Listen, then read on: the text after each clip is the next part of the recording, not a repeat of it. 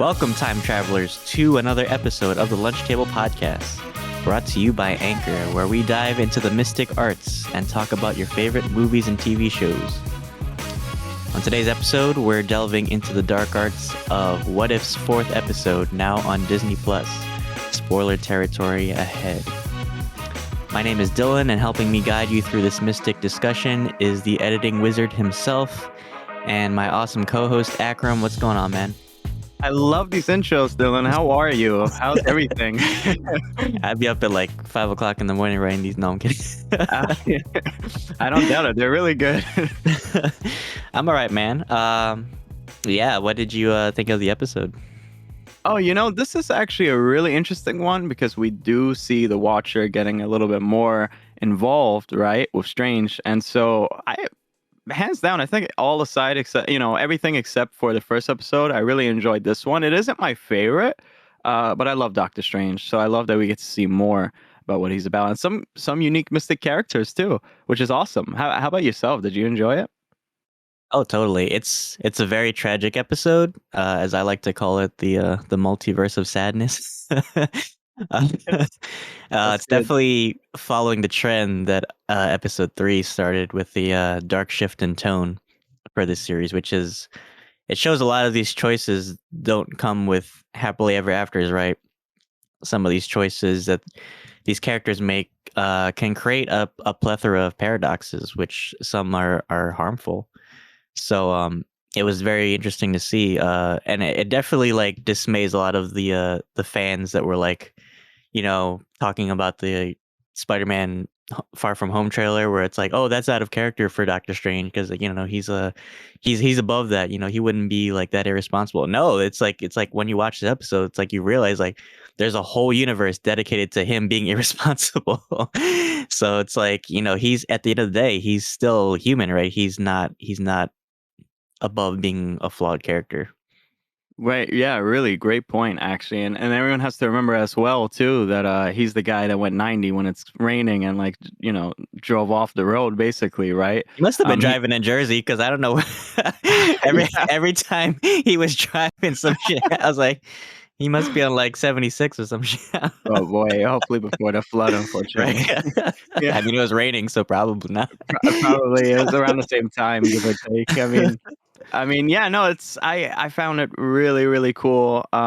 Especially with Rachel McAdams' character. I don't know if she voiced her again, Yeah, that but was her. They did bring her back, and actually, I think she's awesome. actually gonna be back for a Multiverse of Madness too. So I wouldn't be Great. surprised if because she was really involved in this episode. So I wouldn't be surprised if they brought her back for this.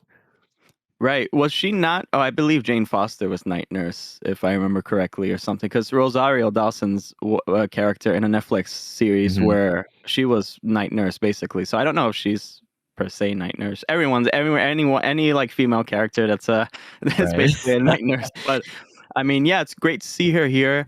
I always wanted to see Strange and her fall in love with each other. So that's sweet. And also, which I found really interesting, and that's the best thing from Disney Plus series, they fill in the gaps, right? So we wonder why Tony Stark, something could have changed, right? He didn't have to die. There were so many technicalities or something. There was some way to get out of it, right? But now we know that some deaths are absolute. So I found that was really interesting that they kind of went into that with Rachel McAdams' character. So I love that. So now I do understand why Tony Stark had to be the only one and had to die. Right. Yeah, they definitely it's definitely like a time traveler like TV show trope where it's like there's always that one event that you can't change. And like Loki kind of like delves into this too with like apocalypses. Like there are certain points in time that you just you can't change, otherwise the consequences are disastrous. A lot of it like reminded me of like Doctor Who, like the earlier episodes. Like there was one episode where it's like the companion Rose, like she tries to like save her dad on the day he died, and like when that changes, like it creates a whole paradox, and then everybody just starts dying because of her choices. So it reminded me a lot of that, which I thought was really cool. Yeah, that's a great point. I loved it. I really did love the episode. I like so that's not Cagliostro at the end, or not at the end, that he meets later on, right? I thought that was Cagliostro. I was gonna be like, wow, they finally show him. That was somebody else, but it could be maybe he just changed his name. Maybe he lived a very Who long was it? time. forgot the bull's name, but it was Like, basically like Wong's character, right? But it was somebody oh, it was guarding like the library. Bendo or something. I forget his name. I don't want to say Bendu or something because that's from Ben, Star Wars yeah, or I know. whatever. Yeah, Well, I but think in the comics, it's I think it's mentioned that Cagliostro's other name is Bendo, so I'm not sure. Don't oh quote me. man, that would be great. I'm not like a huge comic buff. I mean, it's crazy because I used to Right, watch. I used to read a bunch of Doctor Strange comics when I was younger. Um, but I haven't read any of the newer ones, so I know continuity can always change. But right. I thought he was a really. It makes me reminded me of kind of like Baron Mordo, which also makes me wonder what the fuck he's been up to lately. Because they brought back Yeah, all these. They even brought back Tilda Swinton for the ancient one, so it makes me wonder where Baron Mordo's been. But anyway, going back to Bendo, yeah, he was kind of like a Wong character. He's kind of like that character that grounds you back to reality. But I think in this universe, Strange's ego is just too big, for one person to really like ground him to reality. Um, and if you notice his costume, his evil twin, that was his yeah, actually original costume in the comics because he's got like that pointier like vampire-ish cape and he's got the gloves and right. everything. So I thought that was a cool like callback. Yeah, I love the effects too. The voice acting too. Reminded me a lot of Smog, if you remember, or Oh Smaug, yeah, however yeah, they say it. Like yeah. just Because that Benedict deep even bassiness. voices the dragon too. Right, and then like he's like, like that. It's just like a monster or whatever. It just, oh man, I wish maybe one day we'll see more of that evil version of Doctor Strange. But I feel like that could open up a lot, Multiverse of Madness. You never know. I don't know. Mhm. Um, and it's a sad ending. It's a really somber ending. I guess he lost his humanity in a way because he lost Christine. So in this universe, again, instead of losing his hands, he lost his heart. Mhm. So I wonder if he'll remain a villain or like he'll somehow keep trying. Because that's the Watcher's concern too. Is also if he succeeds or like somehow he impedes to the Watcher's plan or something like that. Mhm. To let there's going to be a disruption of equilibrium. Also, what's is that Shuma? I'm always bad with name guys. Sorry, Shuma Gorath. By the way, like those tentacles. Oh yeah, that's what I was like. You're talking about like the tentacle monster Yeah, the one that apparently people were from Peggy saying. Carter. Oh, that one. No, not that one. It's Shuma Gorath. That apparently it's like a big eye, right? Apparently that creature is going to be in Multiverse of Madness, which is strange. I'm like, whoa. Um, Big Eye Green was in Marvel vs. Capcom at one point. So that's like a big Doctor Strange type of villain. I can't recall, but I wouldn't hold it above Marvel. I think that is Shuma Gorath actually, because we didn't the other tentacle monster, if I believe correctly, did it had a face Which in tentacle monster? Peggy Carter episode? No, I thought it was the same monster because they just showed like I mean, it had teeth. We saw like teeth. Um, but yeah, I thought it was like the same monster from Peggy Carter because they just showed like tentacles. So I was like, I was like, wondering if that's like we should pay attention to that more. Is that like something that binds a lot of these episodes together? Is that tentacle monster? I'm not sure. That's a good possibility. I was thinking more of Shuma Gorath because of he's such a prominent character in Doctor Mhm. Strange, right? And apparently that character will show up in Multiverse of Madness at some point. So that's why I was thinking, oh, that's awesome. I think it's even green. How Shuma Gorath looks like. I gotta you gotta look that up because that's a really interesting character. But yeah, it's a Marvel vs. Capcom. But yeah, I mean, and then again, that gnome, like shit like that. We've seen so many Mhm. different characters. I love that, and it reminded me so much of like Fantasia or some shit like that. Like just Mhm. that all that like lighting and stuff, and then that type I of feel like they animation. could have brought like Fing Fang Foom or like one of the like the other monsters from Marvel, as like an Easter egg. Good point. Yeah, that would be really crazy. I'm a big Doctor Strange fan, albeit I haven't really read too much, unfortunately. I know that in the comics right now, there's a whole thing with the death of Doctor Strange, apparently, Mhm. which sucks because I don't want any of our beloved characters to die. But all in all, yeah, I really enjoyed this episode. You have any other points on it, though? I mean, the animation was okay. It felt at like during the fight scenes a little too quick cut edited. Like they were just like going so fast I couldn't even keep up because like and then like the lighting was like really dark. Like you want to talk about like a dark episode? This was like sometimes I couldn't even like Literally. see half the shit that was going on. um, but yeah, it was really interesting. a very unique concept for this. And yeah, like you said, the Watcher was very involved more in this episode. So that just shows, like, the the power of some paradoxes are so vast that you have to bring the Watcher in. So it makes me wonder, like, what's gonna happen with like Eternals and stuff.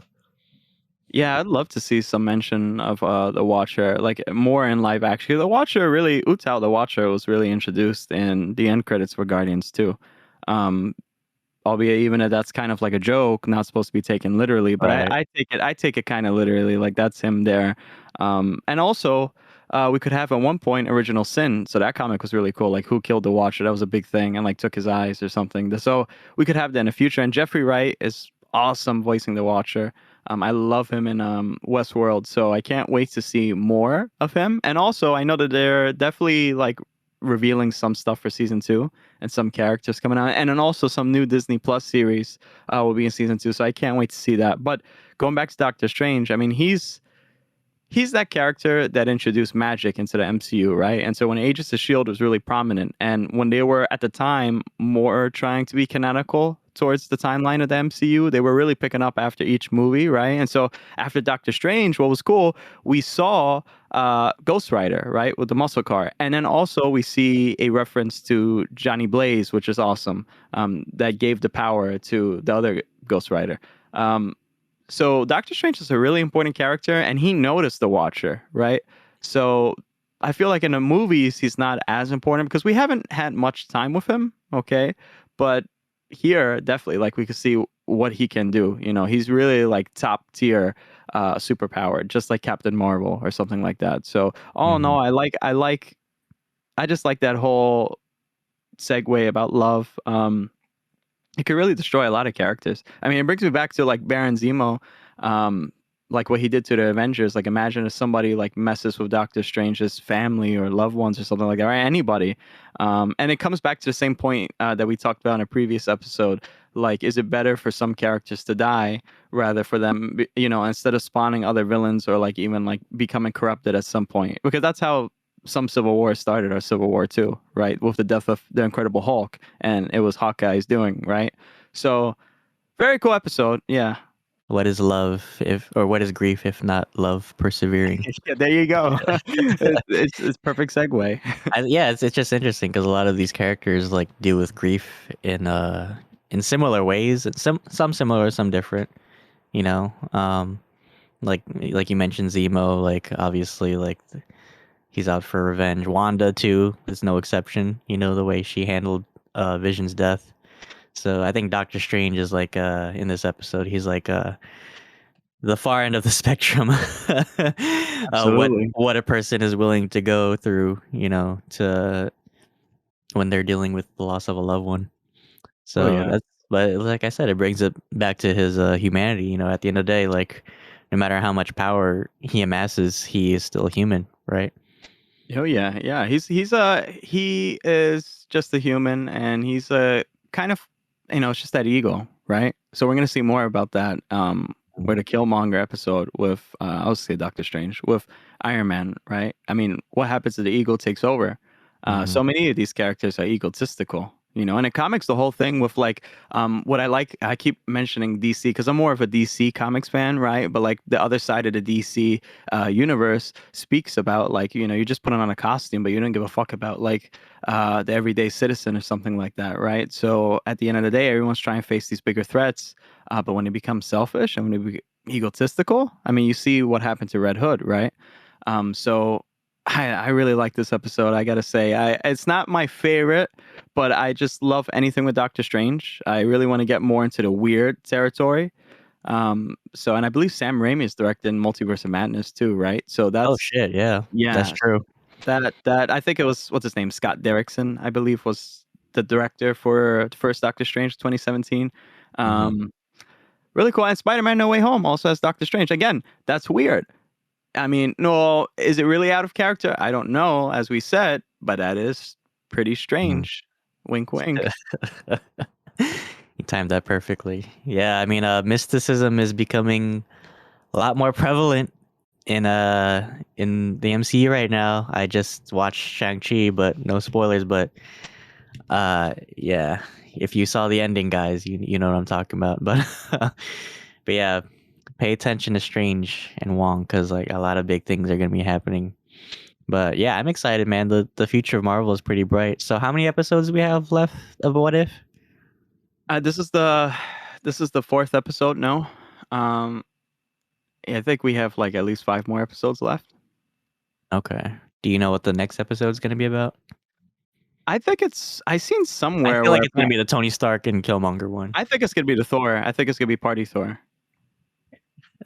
That's his name. That's how he's officially dubbed. I think it's gonna be Party Thor because I seen somewhere on Instagram where like there was like some. I mean, again, before the episode they'll show like a brief trailer, so that's coming up Mhm. soon. Probably like Monday they'll show it, or yeah, probably Monday. But take your bets because I think it's gonna be Party Thor. So you think it's gonna be Killmonger? I think So he's we'll being see. Killmonger, so place your Yeah. bets now. Well, we don't see much of Party Thor, which is weird. So I guess that episode's probably gonna be ass. I hope not though. But yeah, place your bets. All right. Well, any closing thoughts? That's it. Guys, watch Shang-Chi safely. I'm not watching it yet, unfortunately. I gotta pirate that. Dylan's gonna send me an Indonesian pirate site to make sure I watch that. I can't wait With for it though. actual Chinese subtitles. Yeah, that's how you learn. But I'm excited. I'm excited for that, and it's definitely opened up more, like Dylan says, about the Yeah. It's a more great movie, mystical stuff. guys. Like I'm Yeah. not, I'm gonna save my thoughts for another time, but it's a great movie. Like, oh my God, like I can't even begin. Like it was such a worth the wait. And the trailers didn't do it justice at all. Like it's so much better than what we thought we knew, right? So, Akram, you better get your ass on this because I need to talk to somebody about it. Well, there's a will, there's a way. You Yeah. gotta buy a bootleg CD from some dude on Market Street or something. Send me the link. 16 subscribers. Send us the link in the You just comment watch section. you just watch the Raid Redemption or Yeah, something. yes. I don't mind. I love Iko Uwais, so but I'll be a little disappointed. The Hidden Kingdom or like some old Jackie Chan shit. The sad fact is, if I pay $50 for it, Right. I thought it was gonna be like $30 or some shit on it because my friend told me it was gonna be like on Disney Plus for like $30 or some shit. But I guess 45 days later, yeah, yeah, that's the deal. it's That's so that's the stupid, gambit, as Kang says. right? Yeah. Because like the box office numbers don't usually like stop after like the first 2 weeks, right? So why the Um, fuck would they make it like 45 days? That's stupid in you my opinion. know, there's a lot of legalese involved too with just like contract deals and stuff like that. So, I mean, obviously Scarlett Johansson had an issue, right? And I understand too at the same time, but like, it kind of has me split. But I don't know. I think also the Russo brothers are having an issue. I don't know if it's like they don't want to work with Scarlett Johansson in the future to do some movie. Apparently they're like signed on to do another MCU film. So I don't know if they have an issue with like, because I do understand, again, it's like forget about like what the director from Dune said. He said like, oh, you should watch Dune in a big IMAX screen because that's how we really filmed it. That's how it's supposed to be seen, right? But at the same time too, is it really for box office stuff? Do they get royalties from that? I mean, there's so many other like resources, like you got merchandise and stuff like that where they get royalties from. So I don't know. I think Harrison Ford's like making a shitload still after all these years just for being Right. Han Solo. So I don't know if it's a big deal at the end of the day. I would understand. I mean, again, if somebody owes you money, right, you want that money. Right. So I don't know. I mean, it's 45 days later, then it's gonna be on Disney Plus. I don't know if that's enough time, especially with everything, the pandemic going on. A lot of people are wary to still go out and be close to people. So I'm not too sure. We'll see. I can't wait to 45 days though. I hope they do some shit where it's like, oh, let's do it sooner. We got enough money. So Hopefully, because it was a great movie. Like I hope everyone who has a chance to see this movie gets to see it because it had its own identity. It's not your typical MC movie. I won't say too much more, but it's kind of like Black Panther in a way. Like it's very culturally driven, and that's a plus for me. Great representation also, and every character hit hard. and even Aquafina. I love Aquafina. She didn't really annoy me in this movie, which is I thought she was gonna, but yeah, she was funny and like every scene she was in. Yeah, I want Aquafina to be Dr. Afra. Dylan is indifferent about my opinions, but I do.